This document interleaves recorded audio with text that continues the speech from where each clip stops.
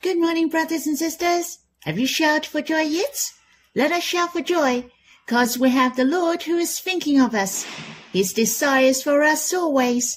He devoted himself to love us. Rightly, we shall shout for joy for these matters. For the infinite, the eternal Lord who created us fell in love with us. It's worthy for us to shout for joy. Who are we? That the Lord committed himself. He devoted himself to us.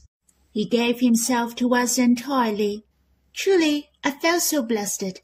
I'm living in his attention and his desire day and night. There is not a moment he is not thinking of us. His love to us begins from ages ago. His love will never change. It's ever flowing and new. How precious! I'm united with the Lord. I'm dwelling in the depth of his heart and enjoy his embrace forever and ever. Truly, the words of God are so good. Songs of Solomon is so treasurable. The love of the Lord from the beginning. His love is the love of the beloved. The expression of the beloved's desire is for us. He's so good. The Lord appreciates us and desires us always. I think none of us could dare to imagine he longs to hear our voice and see our face unless the Bible tells us. How could we think of that? However, we have the Bible to tell us, which has opened the heart of the Lord to us.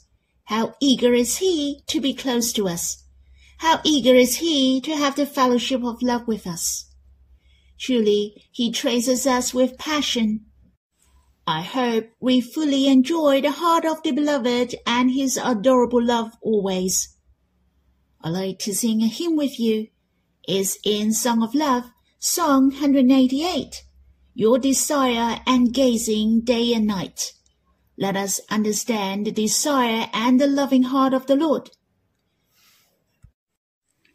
Day and night think of me, desire me, dear Lord. You always attend to me. You long to see my face, hear my voice, dear Lord.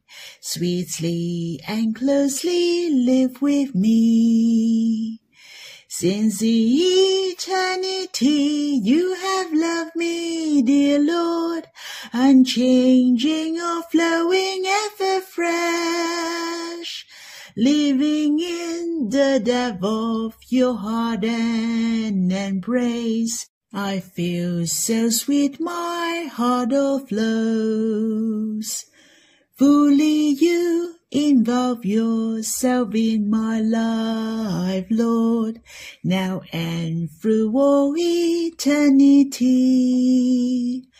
Forever live with you, in love with you, Lord. Nothing can compare my joy. Now I live in your love and desire, dear Lord, my heart satisfied, overflowing. With all my heart I'll respond to you, dear Lord, forever we embrace in love. I hope you have time to quiet yourself and respond to him, or you can sing another hymn to worship the Lord. Let's have some time to be with him face to face. You can stop the recording and we'll read the Bible when you're done. May the Lord bless you. Brothers and sisters, we will read Psalm 116. I love the Lord, because he has heard my voice and my pleas for mercy, because he inclined his ear to me. Therefore I will call on him as long as I live. The snares of death encompass me. The pangs of Sheol laid hold on me. I suffer distress and anguish. Then I call on the name of the Lord. O Lord, I pray, deliver my soul. Gracious is the Lord and righteous. Our God is merciful.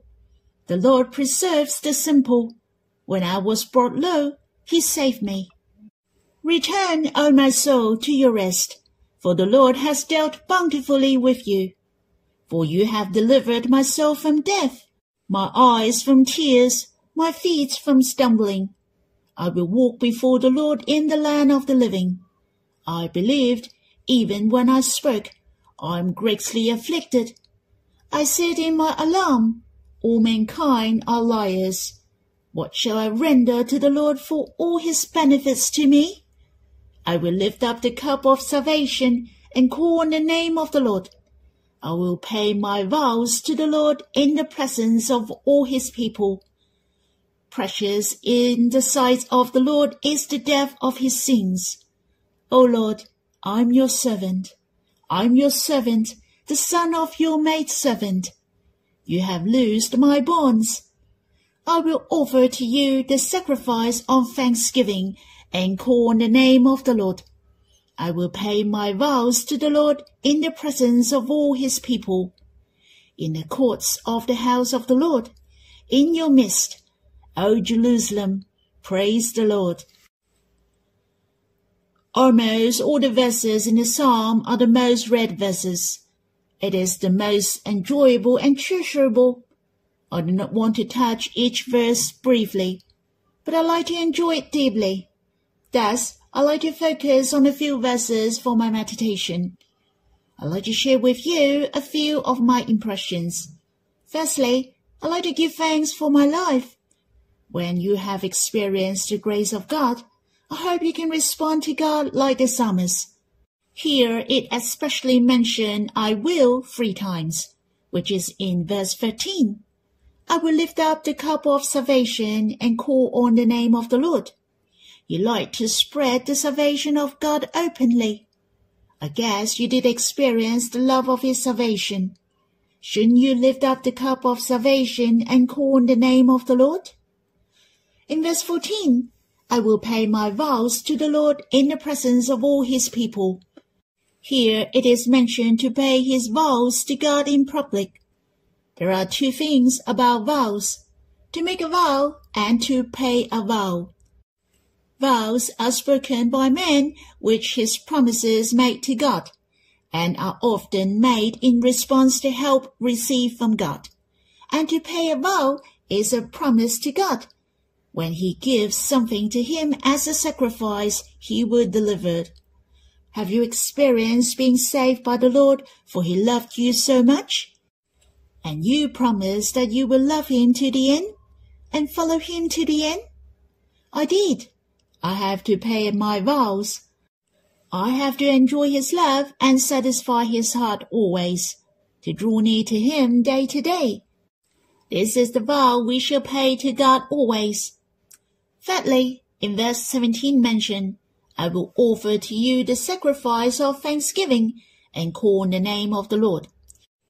In fact, in Psalm 50, verse 14 mentioned, offer to God a sacrifice of thanksgiving and perform your vows to the Most High, which is also mentioned in the Psalm of Asaph. Here it has the meaning of to give thanks to God like a pleasing aroma before him. However, it doesn't mean a thanksgiving by mouth. In fact, there is another meaning for this verse: to give thanks to God by the means of sacrifice. So what shall we offer?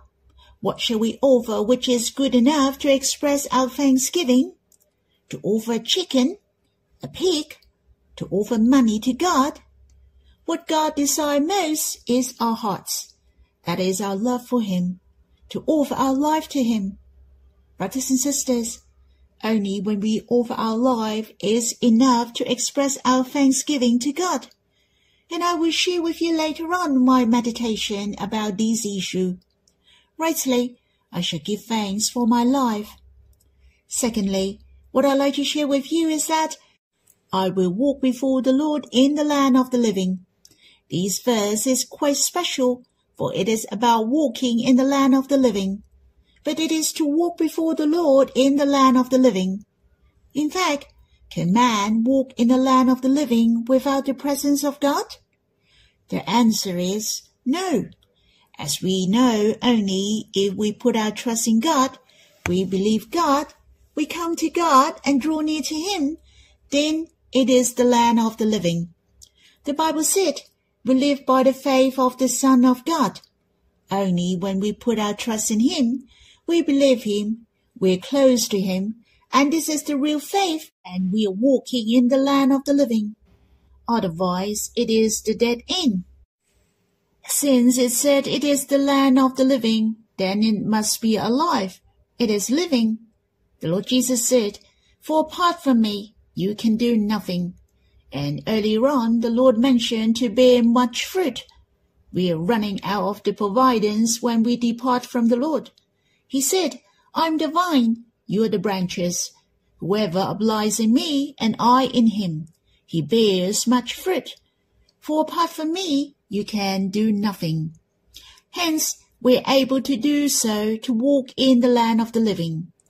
We shall draw near to the Lord more, to dwell with him from day to night, to walk on the everlasting life with him this way. Let me share with you later on my impression regarding these aspects. We'll come back to this psalm. There are 19 verses in this psalm. Yet, the word I appears 32 times. This psalm is the personal thanksgiving psalm.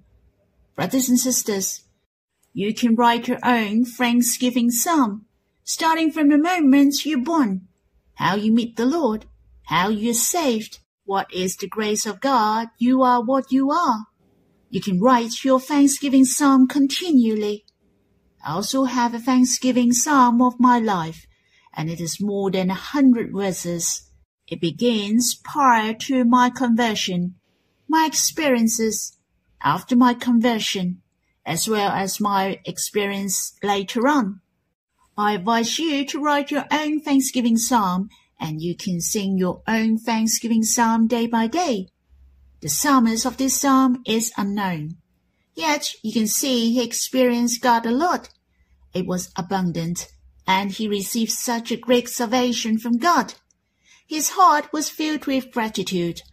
This psalm mentioned about death 3 times. Having said that, this psalm is not sorrowful at all. Instead, it is filled with hope. In verse 3 mentioned, the snares of death encompass me. It sounded hopeless, but in verse 4 the psalmist said, Then I called on the name of the Lord. O Lord, I pray, deliver my soul. In fact, it was not hopeless, but we have the refuge. Brothers and sisters, have you noticed there is a big difference after our conversion? We have a refuge, a great support. The psalmist has told us the ending. The psalmist told us the outcome in verse 6. He saved me. Well, truly God has saved us. Then the psalmist mentioned death for the second time in verse 8. For you have delivered my soul from death. Not that we don't have to die. It is appointed for men to die once. Here, delivered from death meant we're no longer hopeless, no longer we're separate from God. And then, my eyes from tears, my feet from stumbling. It has the same meaning. It doesn't mean that we will not cry later on, but it will be the tears of thanksgiving. Not that we will face the sorrows, but no longer we're hopeless. We will shout for joy again. After our conversion, we may stumble. Not that we cannot overcome it, but we are able to stand again by the Lord. It is full of hope, isn't it? The last time about death is in verse 15. Precious in the sight of the Lord is the death of his saints. Death is valuable and glorious. Definitely, it is not sorrowful, hopeless or gloomy. Brothers and sisters, the worst experience of our life is death, but we are not facing death yet, so we shall give thanks for our life. Instead, this close to the death experience help us to experience his salvation. He saved me, and these experiences which we experience were not hopeless, for it is hopeful, and there is a way out. We will not fall over completely, but stand firmly by him. The most treasurable is that we can glorify God with our life. If it is precious in the sight of the Lord for the death of his saints, then isn't it much more precious for us to live for him? Brothers and sisters, our life is in the hand of God. Whether we are alive or dead, we are the people of Christ. Abba and the Lord are accountable for our life to the end. Truly, we should give thanks to God for what we have gone through in our life, for we are very valuable and treasurable in the heart of God. We can live for him, and if I can die for him one day, then it is my honor, and I do not mind at all. So, who is the psalmist of this psalm? All we knew he experienced the great sorrow and afflictions. Seems it was similar to David, but it is said that it is written by Hezekiah, for it was very similar with the experience of Hezekiah. You can refer to Isaiah chapter 37. The army of Assyria invaded Jerusalem. Hezekiah went into the house of God and prayed. At last, God answered his prayer. God sent a pestilence. The angels struck down 185,000 people in the camp of the Assyrians in one night. And not long after, Hezekiah became sick and was at the point of death. He prayed to God to heal him with tears. He prayed to add 15 years to his life. Have you ever experienced God listen to your prayer? Have you experienced God heal you when you were so sick to the point of death? Hence, whether David or Hezekiah was the psalmist was not important, for you and me can be the psalmist. You and I have experienced what had happened in this psalm. Only the timing and the intensity are different. Our spirits and bodies have suffered before. We have experienced the apart, the life and death situation. It is not crucial who wrote this psalm, but the most important is what the psalmist told us, how he put his trust in God during despair, how hopeless he was, but he prayed to God, how he has confidence in God in the life and death situation. He was grateful to God instead of complaining. He gave thanks to God instead of being sorrowful. This psalm has reminded me to give thanks. We should give thanks in all things. You shall recall your memory when you quiet yourself. Did God help you in those life and death situations? Did God hear your prayers? Let's give thanks to God for your life. Lastly, I'd like to give thanks for one thing, that I can walk on the land of the living. In verse 8, which we just mentioned, for you have delivered my soul from death. We don't have to die, but it doesn't mean that we have a glorious life. It's so precious, verse 9 mentioned, I will walk before the Lord in the land of the living. There is the land of the living. Brothers and sisters, the message is about the importance of the sweet daily living recently. I give thanks to the Lord who gave us a way to pursue, the way which we can always tread on high places. We will not be withered. It is the most simple, the fastest way to enjoy Him. Brothers and sisters, my step has held to this way. Having said that, I have to improve and modify continually.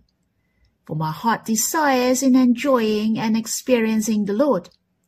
Definitely, the sweet daily living is not the rigid regulation.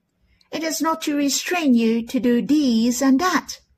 The sweet daily living is the way or a direction, and we are practicing it in order to live before the Lord through sing and worship, meditation, the anchor points.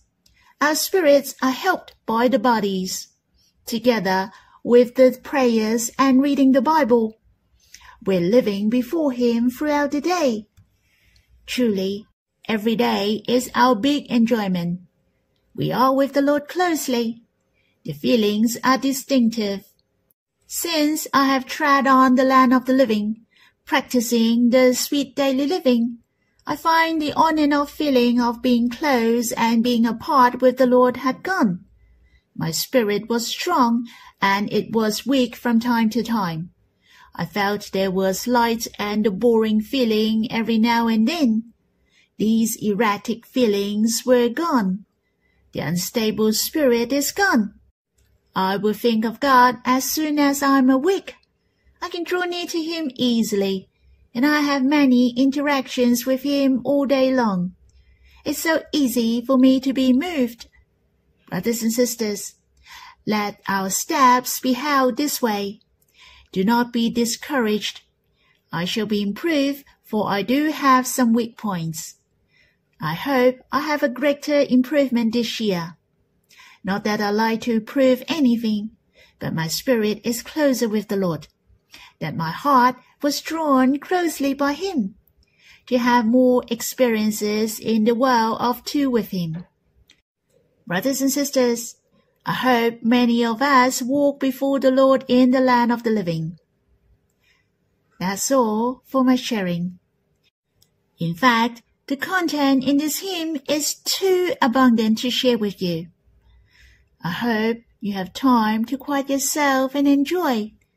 Then you can respond to Him.